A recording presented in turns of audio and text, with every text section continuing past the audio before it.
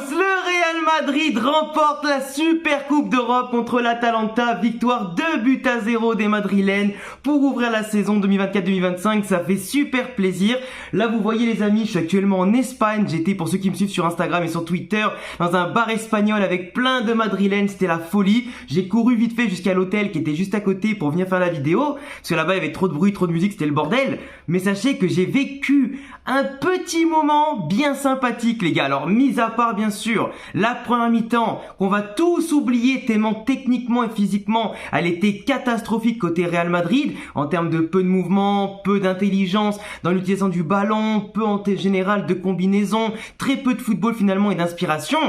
Mais je dis bien dès que l'Atalanta nous a fait 2-3 frayeurs et derrière que la mi-temps a fait du bien je pense à tout le monde pour se reposer et que Carlo Ancelotti a pu remettre un petit peu tout le monde dans le bain, il y en a certains qui ont pris, j'allais dire les commandes. Jude Bellingham, Vinicius et Kylian, sans oublier bien sûr Valverde, ont pris les commandes. Les Avengers plus Rodrigo qui s'est un peu réveillé au fur et à mesure du match avant de sortir, ont pris les commandes. Ils ont enfin compris que ça y est, il n'y a plus Toni Kroos derrière vous les gars. Il n'y a plus Toni Kroos et Luka Modric il est sur le banc. Là va falloir faire le jeu, va falloir construire et finir les occasions les gars. Parce que je vous le dis, dès le début du débrief, sans Toni Kroos, il va y avoir énormément, je dis bien énormément de complications pour gérer les tempos, gérer la régularité dans le jeu, gérer un petit peu ses temps forts, ses temps faibles, gérer ces moments où on aura beaucoup la balle, ces moments où on va chercher la solution, ces moments aussi où on n'aura pas le ballon, on aura besoin de quelqu'un qui quadrillera bien le terrain. Et là, actuellement, j'ai l'impression qu'il n'y a pas beaucoup de joueurs, ou du moins on n'a pas des milieux de terrain capables, peut-être pour l'instant, parce que là, ça manque d'automatisme, il y a eu en général la prépa physique de l'été qui n'est pas terminée, la saison fait que de commencer. Pour certains comme Jude, c'était que leur premier match aussi depuis l'Euro, tout comme Kylian Mbappé par exemple, ou encore comme Carvajal, tu vois, je vais pas tous les citer. Mais là, aujourd'hui, on voit que au milieu de terrain, il manque quelque chose. Que Ancelotti, il a décidé de mettre un double pivot, Tchouaméni et Valverde avec un Bellingham un peu plus haut qui après par contre dans ce 4-2-3-1 presque on était quasiment 4-2-3-1 avec deux ailiers et une pointe avec autour de Bellingham, mais après dès qu'on défendait on était en 4-4-2 un peu à plat. Ça manquait de quelque chose, ça manquait de science de placement, ça manquait d'équilibre, ça manquait d'idées. Mais dès qu'on a commencé, comme je répète en deuxième mi-temps, à aller de l'avant et à bousculer l'Atalanta, à lâcher vite les ballons, mais c'était total régal. Parce que la première mi-temps, vraiment, l'Atalanta, eux, comme je vous l'ai dit dans le débrief de l'avant-match, ils ont ce qu'on appelle un bloc très haut, mais sans forcément te faire un gros pressing. Eux, ils te regardent dans le blanc des yeux, s'ils veulent faire du jeu, ils le font. Mais en tous les cas, ils ne déjouent pas les mecs. Et sans faire un gros pressing, ils nous forçaient quand même à allonger les ballons. Sauf que comme personne ne bougeait, comme on n'essayait pas d'être malin, et ben malheureusement on allongeait pour allonger le jeu. On l'envoyait soit sur nos ailiers qui étaient tout seuls trop esselés, soit en touche, soit simplement on leur rendait la balle. Et du coup t'as pas d'idée là-dedans. Et quand tu vois qu'en première mi-temps, les joueurs comme Vinicius par exemple, ok il est au-dessus du lot, mais Vinicius en première mi-temps, il a pas arrêté de juste vouloir dribbler pour dire eh oh les gars j'existe, tu vois. Mais malheureusement ça marchait pas, il voulait trop en faire. Même quand il y en avait 2 ou 3 devant lui, il voulait dribbler au lieu de lâcher la balle. Rodrigo, à force de permuter avec Vinicius et Mbappé, à la fin on savait plus où il était en première mi-temps. Et Kylian, il essayait de faire des fois des choses trop bien, c'est-à-dire des petits contrôles, des petites passes, il prenait pas beaucoup de risques. Il a tenté de se mettre en confiance avec des petites combinaisons, des petites talonnades, mais il perdait beaucoup le ballon. Et en vitesse, il se faisait prendre, toujours contré parce qu'il est parti un peu trop tard, ou simplement ses courses étaient pas dans le bon sens, et du coup il se faisait un peu contrer. On était annihilés, sans forcément être en danger, parce que leurs actions, elles sont venues au début de 2 conneries de Tchouaméni. Tchouaméni qui a blessé Camavinga en plus de ça d'une manière très bête, même s'il n'a pas fait exprès à l'entraînement, il a mis trop d'intensité la veille d'une finale, au final il a blessé Camavinga pour 6 à 7 semaines, un joueur qui était en forme, qui revenait en plus, qui avait fait une belle prépa de son côté avant de rejoindre le club. Après l'Euro, je suis un peu dégoûté. Mais c'est comme ça, c'est des erreurs bêtes. Heureusement, c'est pas les croisés, mais bon, je pense que ça a dû le travailler un petit peu parce qu'aujourd'hui, il était pas dans son assiette. Tchouaméni, en première mi-temps, il était catastrophique. Que des passes ratées, que des trucs en tout cas aux fraises, c'était compliqué. Attendez 2 secondes. Il y a les copains, ils sont entrés. Faut que je le rouvre. Voilà, rentrez les copains. Donc je suis en pleine vidéo. Regardez, on fait le petit débrief comme ça. Et du coup, je disais, Tchouaméni, qui est pas du tout dans son match, on se retrouve avec quelqu'un qui, quand il demande la balle, ne sait pas comment faire.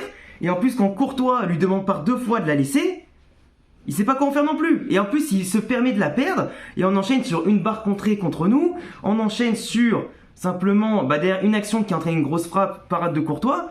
C'est problématique. Ensuite, qu'est-ce qui s'est passé? On a eu des phases où on n'arrivait pas non plus à ressortir proprement. On subit 2-3 frayeurs, mais heureusement que Courtois, encore une fois, il est présent. Des parades qui nous remettent dans le match, qui lui montrent aussi que lui, il peut briller, comme les autres. Mais dès que, on va les appeler comme ça, les Avengers, ils ont commencé à se mettre en évidence, c'est à une deux touches de balle, et ça dédouble, et enfin je mets du mouvement, et enfin j'attaque. C'était fini. Récupération haute, Jude Bellingham qui a fait toute la différence en deuxième mi-temps, sur ses percées, ses prises de balles, qui cassent enfin les lignes. Derrière, tu trouves enfin y avoir des joueurs qui soient libérés, qui ont des espaces enfin devant eux, qui sont exploitables. Et quand Vinicius, il décide à la jouer intelligente, au lieu de vouloir dribbler pour dribbler ou s'enfermer sur le côté, ça entraîne quoi? Son crochet, passe en retrait intelligente, Valverde qui a suivi, qui la met dedans. Le football, en fait, c'est simple, mais aujourd'hui, ils ont voulu trop se compliquer, ou trop peut-être jouer à la baballe, avec simplement en sachant que tu es au-dessus de l'adversaire, il faut quand même que tu saches imposer ton physique, imposer ta technique, imposer ta tactique. Et là, aujourd'hui, on a dû attendre une mi-temps. Et honnêtement, je vous le dis, je disais à mes cousins et mes potes là qui viennent de rentrer, je leur disais, j'aurais bien aimé limite qu'on prenne un but avant la mi-temps pour les réveiller définitivement. Heureusement, il n'a pas fallu attendre qu'on le prenne.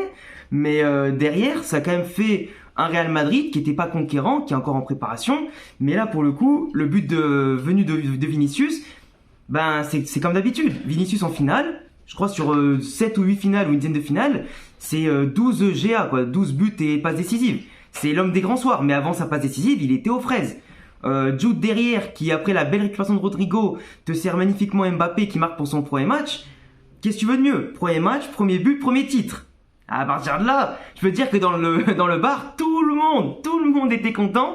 Et en plus de ça, ce qui était marrant, c'est qu'il y avait que nous comme Français, je crois, dans le bar, et tout le monde criait Kylian Mbappé. Donc ça montre déjà l'impact qu'il a. T'as plein d'enfants en Espagne qui ont déjà son maillot, et on va dire qu'il se présente de la meilleure des manières. On attend bien sûr maintenant son premier match au Bernabéu, mais le Real Madrid, là aujourd'hui, ils ont été pas bons en première, mais excellents en deuxième. Et l'Atalanta, en plus, comme je l'avais expliqué, ils ont perdu quand même pas mal de joueurs à la pré-saison, sans compter les Scamacca blessés, bien entendu, et leurs tauliers qui vont partir en étant vendus. Donc c'était pas l'Atalanta qui a affronté le Bayer Leverkusen. Là, c'est un Atalanta qui certes n'a pas froid aux yeux, qui a quand même eu un Lookman qui nous a quand même bien fait bouger par ses prises de balles, etc., mais qui était bien fermé ensuite par Militao et Rudiger qui ont quand même fait un très bon match. Surtout Rudiger qui était taille patron par moment pour contrer les problèmes de Ferland Mendy qui se faisait dépasser, qui a eu du mal à rentrer dans son match. Carvajal, c'était son premier match, mais il a quand même été solide, tu vois. Mais c'est vrai qu'aujourd'hui, même si Ancelotti a pas trop fait tourner, on sent que va falloir prendre un petit peu de temps, va falloir pas être trop exigeant simplement avec les joueurs. Et voilà, parce que cette montée en puissance, elle a montré quand même de belles choses. Il y a de belles prémices de jeu qu'il va falloir affiner. Mais honnêtement, je pense que tant qu'on mettra pas un régulateur de jeu dans le 11, ou si Modric prend pas plus de protagonisme en tout cas, ça va être compliqué. C'est compliqué, mais après tu vois le fait que Rodrigo, Vinicius et Mbappé ils ont tenté des choses, ils ont permuté, tant qu'il y a de l'équilibre ça va, tant qu'ils marquent ça va, parce qu'après on a quand même raté beaucoup d'occasions. Vinicius un face à face, alors qu'il y avait que 1-0, Rodrigo qui l'a mis sur la barre à la première, Jude qui a tenté plusieurs fois, Kylian aussi. Ça montre quand même que le danger peut venir de partout, qu'on peut tirer de près comme de loin, et que quand on commence à jouer ça va d'un côté à l'autre, et c'est ça qu'on demande. Juste tu déstabilises l'adversaire, tu le tues parce qu'avec un but et un deuxième, il sait très bien qu'individuellement, ils n'ont pas le même niveau que nous. Tu étais en confiance et après, ça se déchaîne. Les espaces se sont ouverts d'un seul coup parce qu'ils devaient prendre plus de risques. C'est tout. Mais en tout cas, après, dans le fond de jeu, j'étais fan que d'une mi-temps. Mais on sait très bien que le Real Madrid, c'est un petit peu un moteur qui met du temps à rentrer en scène normalement. Et après, une fois que c'est parti, c'est parti. Et je pense qu'il n'y aura plus à se faire de doute sur l'état de forme physique de l'équipe d'ici, je sais pas, le mois d'octobre. Et à partir de là, je pense que là, on pourra vraiment juger le niveau de chacun, même si on a eu quelques blessures maintenant comme Camavinga. Mais c'est clair qu'en termes de jeu, là, j'en attends quand même plus. Et j'espère que Jude aura plutôt ce rôle, non pas de numéro 10 offensif, mais plutôt de mec qui viendra dans l'axe, un peu plus bas, pour réguler tout ça. Parce que dès qu'il l'a fait, le mec, dès qu'il prenait la balle, il était intouchable. Avec Valverde à côté pour réguler aussi ça et découper pas mal, et récupérer pas mal de ballons, et sans penser à casser les lignes. C'est un duo qui fonctionne très bien ça. Et il faut juste que Tchouaméni aussi apprenne à faire comme le faisait Casemiro. Tu récupères, tu casses des lignes. Tu fais pas juste une passe latérale, tu te contentes pas juste de faire une connerie, en tout cas de communication avec Thibaut Courtois. Ça y est, la saison elle a commencé, t'es titulaire, faut que tu te donnes maintenant. C'est ça un petit peu qu'il faut faire. Après, on n'a pas trop vu les Brahim, les Arda qui sont entrés à la fin. Mais c'est vrai que, même si c'est un petit peu ingrat quand même de la part d'Ancelotti, parce que ils ont fait une très belle pré-saison, et c'est dommage qu'ils ne sont pas récompensés à part avec 5-10 minutes de jeu. C'est un peu dommage.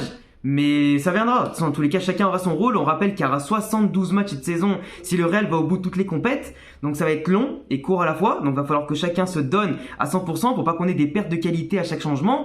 Et puis voilà. Mais en tout cas, je suis satisfait de la première de Kylian, du premier match de Jude cette saison, qui a en plus plus mal à l'épaule. Il s'est pas fait opérer, donc c'est une très bonne nouvelle. Très bien, en tout cas côté Vinicius en deuxième mi-temps. Rodrigo, on l'a un peu moins vu que les 4 de devant, mais c'est pas grave. Il va monter en puissance aussi. Et j'espère simplement que tout le monde se remettra à l'endroit pour s'éviter des frayeurs et derrière qu'on tuera quand on peut tuer, quoi. Voilà. En tout cas, voilà, je vous laisserai me dire en commentaire, les amis, ce que vous en avez pensé de ce match-là. N'hésitez pas à vous abonner, cocher la cloche comme d'habitude. Je vais terminer de profiter avec les cousins des vacances en Espagne. On se retrouve très très vite sur la chaîne YouTube, vous inquiétez pas. Et à bientôt pour d'autres vidéos. À la Madrid et à la Damas, les frérots. Ciao.